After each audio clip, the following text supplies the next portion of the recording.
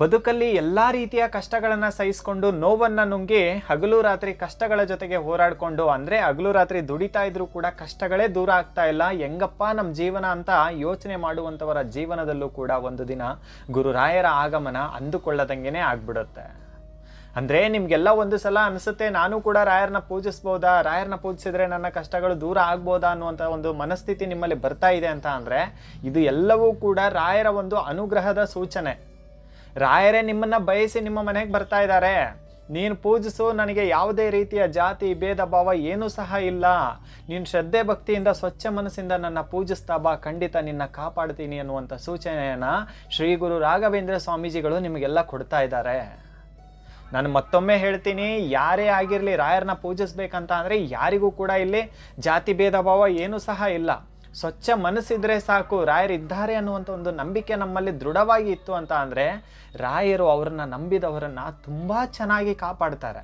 ಅದು ಎಷ್ಟರ ಮಟ್ಟಿಗೆ ಕಾಪಾಡ್ತಾರೆ ಅಂತ ಅಂದರೆ ನಮ್ಮೆಲ್ಲರ ಕಷ್ಟಗಳನ್ನು ಕೂಡ ತಮ್ಮ ಕಷ್ಟಗಳನ್ನು ಅಂತ ಭಾವಿಸುವಂತಹ ಕರುಣಾಮಯಿಗಳು ರಾಯರು. ಇಷ್ಟೊಂದು ನಾನು ರಾಯರ ಬಗ್ಗೆ ಯಾಕೆ ಹೇಳ್ತಾ ಇದ್ದೀನಿ ಅಂತ ಅಂದರೆ ನಾನು ಯಾವತ್ತೂ ಕೂಡ ಇವರೇ ಅಂದುಕೊಂಡೇ ಇರಲಿಲ್ಲ ರಾಯರ ಒಂದು ಸೇವೆನ ಮಾಡ್ತೀನಿ ಅಂತ.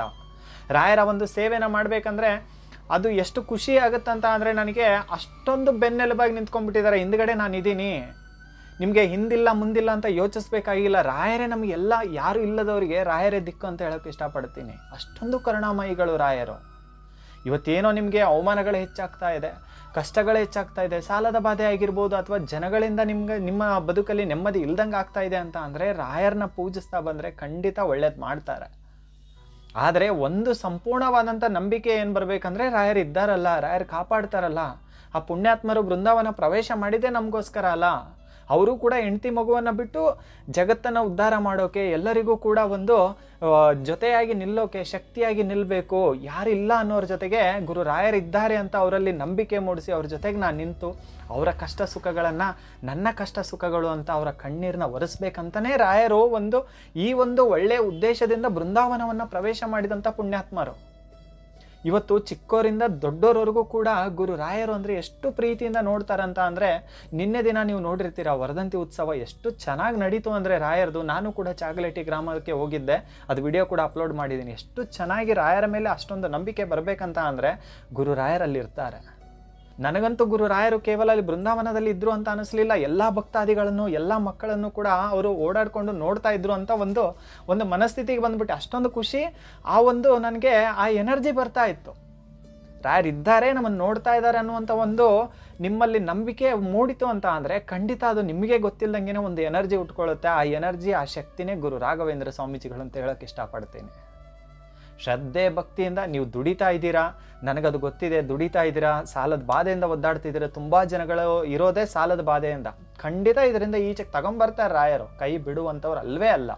ವ್ರತಗಳನ್ನು ಮಾಡ್ತಾ ಇದ್ದೀರಾ, ಕೆಲವ್ರಿಗೆ ಆಗ್ತಾ ಇಲ್ಲ, ಕೆಲವ್ರಿಗೆ ನಾನು ಕೂಡ ದರ್ಶನ ಮಾಡಿಸ್ತಾ ಇದ್ದೀನಿ. ಖಂಡಿತ ಹೇಳ್ತೀನಿ, ನನಗೊಂದು ಸೇವೆ ಅದು, ನಿಮ್ಮೆಲ್ಲರಿಗೂ ಕೂಡ ದರ್ಶನ ಮಾಡಿಸುವಂಥ ಒಂದು ಸೇವೆ ಭಾಗ್ಯ ನನಗೆ ನೀವೆಲ್ಲರೂ ಕೊಟ್ಟಿದ್ದೀರಾ ಅಂದರೆ ನನ್ನ ಪುಣ್ಯ ಅದು. ರಾಯರು ನನಗೆ ಕೊಟ್ಟಿದ್ದಾರೆ ಅಂದರೆ ನನ್ನ ಪುಣ್ಯ ಅದು, ಆಯಿತಾ? ನಾನು ಮಾಡಿಸ್ತಾ ಇರ್ತೀನಿ.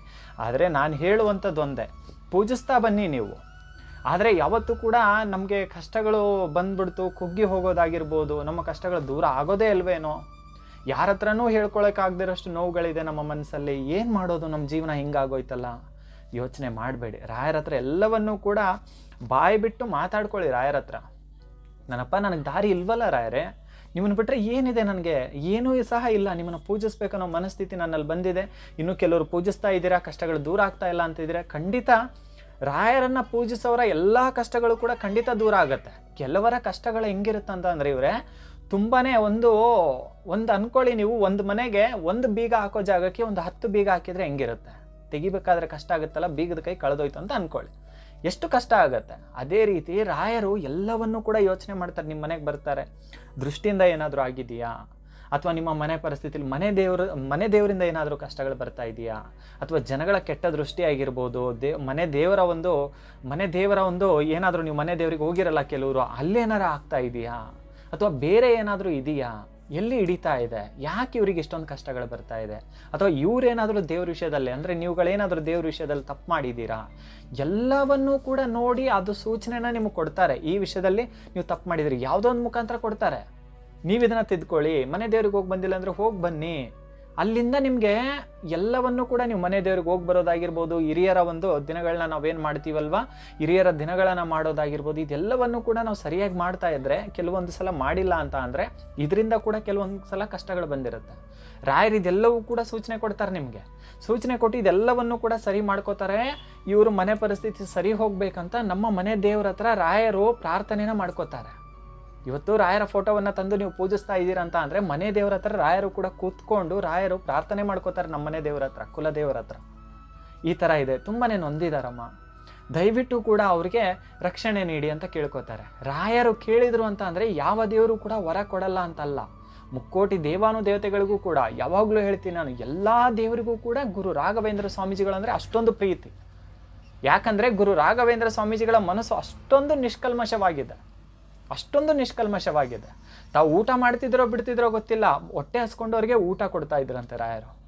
ನಾನು ತಿಳ್ಕೊಂಡಂಥದ್ದು ಅಂದರೆ ದೊಡ್ಡವರಿಂದ ತಿಳ್ಕೊಂಡಂಥದ್ದು, ರಾಯರು ಅಷ್ಟೊಂದು ಕರುಣಾಮಯಿಗಳಂತ. ಅವರು ಉಪವಾಸ ಇದ್ರೂ ಕೂಡ ಅವ್ರನ್ನ ನಂಬಿದವರು ಉಪವಾಸ ಇರಬಾರ್ದು.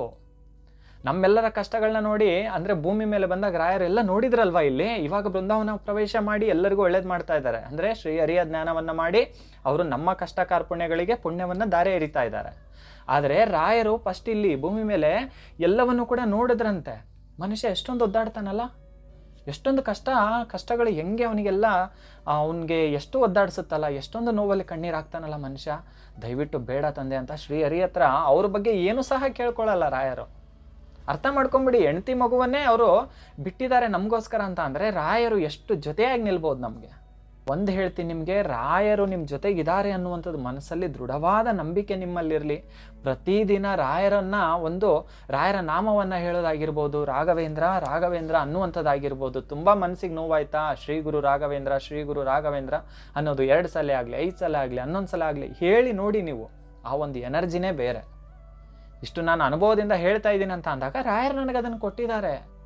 ರಾಯರು ನನಗೆ ಆ ಸೂಚನೆನ ಕೊಟ್ಟಿದ್ದಾರೆ. ಹಿಂಗಾದರೆ ನಮ್ಮ ಕಷ್ಟಗಳು ದೂರ ಆಗುತ್ತೆ, ನಾನು ಇದ್ದೀನಿ ಅನ್ನುವಂಥ ಸೂಚನೆ, ಭರವಸೆನ ರಾಯರು ನನಗೆ ಕೊಟ್ಟಿದ್ದಾರೆ. ಅದಕ್ಕೆ ನೀವು ಕೂಡ ಕುಗ್ಗಿ ಹೋಗಬಾರ್ದು. ನನ್ನ ಕುಟುಂಬ ಅಂತ ನಾನು ಯಾವತ್ತೂ ಸುಮ್ಮನೆ ಹೇಳೋದಿಲ್ಲ. ನನ್ನ ಕುಟುಂಬ ನೀವೆಲ್ಲರೂ ಕೂಡ ನಿನ್ನೆ ದರ್ಶನವನ್ನು ಕೂಡ ಮಾಡ್ಕೊಂಡ್ರಿ. ಎಲ್ಲರಿಗೂ ಒಳ್ಳೇದಾಗಲಿ. ಮತ್ತು ವಿಡಿಯೋ ಕೂಡ ಅಪ್ಲೋಡ್ ಮಾಡಿದ್ದೀನಿ, ನೋಡ್ತಾ ಇದ್ದೀರಾ. ಯಾರೆಲ್ಲ ವಿಡಿಯೋ ನೋಡ್ತಾ ಇದ್ರು, ಯಾರಿಗೆಲ್ಲ ಒಂದು ರಾಯರ ಮೇಲೆ ಯಾರೇ ಆಗಿರಲಿ, ಅದು ನಾನು ವಿಡಿಯೋ ನೋಡೋರೆ ಅಂತ ನಾನು ಹೇಳಲ್ಲ, ಯಾರೆಲ್ಲ ಜೀವನದಲ್ಲಿ ಕಷ್ಟಗಳಿಂದ ಕುಗ್ಗಿ ಹೋಗ್ತಾ ಇದ್ರೋ ನಿಮ್ಮೆಲ್ಲರ ಕಷ್ಟಗಳನ್ನು ಕೂಡ ಗುರು ರಾಘವೇಂದ್ರ ಸ್ವಾಮೀಜಿಗಳು ದೂರ ಮಾಡ್ತಾರೆ. ಆದಷ್ಟು ಬೇಗ ನಿಮ್ಮೆಲ್ಲರಿಗೂ ಕೂಡ ಒಳ್ಳೇದಾಗಲಿ ಅಂತ ಕೂಡ ಕೇಳ್ಕೊತೀನಿ. ಇನ್ನು ರಾಯರ ಅನುಗ್ರಹ ತುಂಬ ಜನಕ್ಕಾಗಿದೆ, ತುಂಬ ಜನಗಳು ಚೆನ್ನಾಗಿದ್ದಾರೆ. ಅವರಂತೆ ನೀವು ಕೂಡ ಇರ್ತೀರಾ, ಆಯಿತಾ? ನೀವು ಕೂಡ ಇನ್ನು ಮುಂದೆ ನಗ್ನಗ್ತಾ ಇರಬೇಕು. ನಿಮ್ಮೆಲ್ಲರ ಕಷ್ಟಗಳು ಶ್ರೀ ಗುರು ರಾಘವೇಂದ್ರ ಸ್ವಾಮೀಜಿಗಳು ಆದಷ್ಟು ಬೇಗ ದೂರ ಮಾಡಲಿ. ನನ್ನಪ್ಪ ಅವರು ಕೂಡ ಜೀವನದಲ್ಲಿ ತುಂಬಾ ನೊಂದಿದ್ದಾರೆ. ಅವ್ರ ಜೊತೆಗೆ ನೀವಿದ್ದು ಕಾಪಾಡಿ. ನಿಮ್ಮನ್ನು ಬಿಟ್ಟರೆ ನಮಗೆ ಬೇರೆ ದಾರಿ ಇಲ್ಲ ನನ್ನಪ್ಪ. ನೀವೇ ದಾರಿ, ನೀವೇ ಶಕ್ತಿ, ನೀವೇ ಬೆಳಕು ನನ್ನಪ್ಪ. ಎಲ್ಲರನ್ನೂ ಕಾಪಾಡಿ, ಆಯಿತಾ? ನಿಮ್ಮ ಪರವಾಗಿ ನಾನು ಕೂಡ ರಾಯರಲ್ಲಿ ಪ್ರಾರ್ಥನೆಯನ್ನು ಮಾಡ್ಕೊಂಡಿದ್ದೀನಿ. ಖಂಡಿತ ನಿಮ್ಗೆ ಒಳ್ಳೇದಾಗತ್ತೆ, ಆಯಿತಾ? ಚಿಂತೆ ಮಾಡಬೇಡಿ, ನಗ್ನಗ್ತಾರಿ. ಎಲ್ಲರಿಗೂ ಒಳ್ಳೇದಾಗಲಿ. ನಮಸ್ಕಾರ.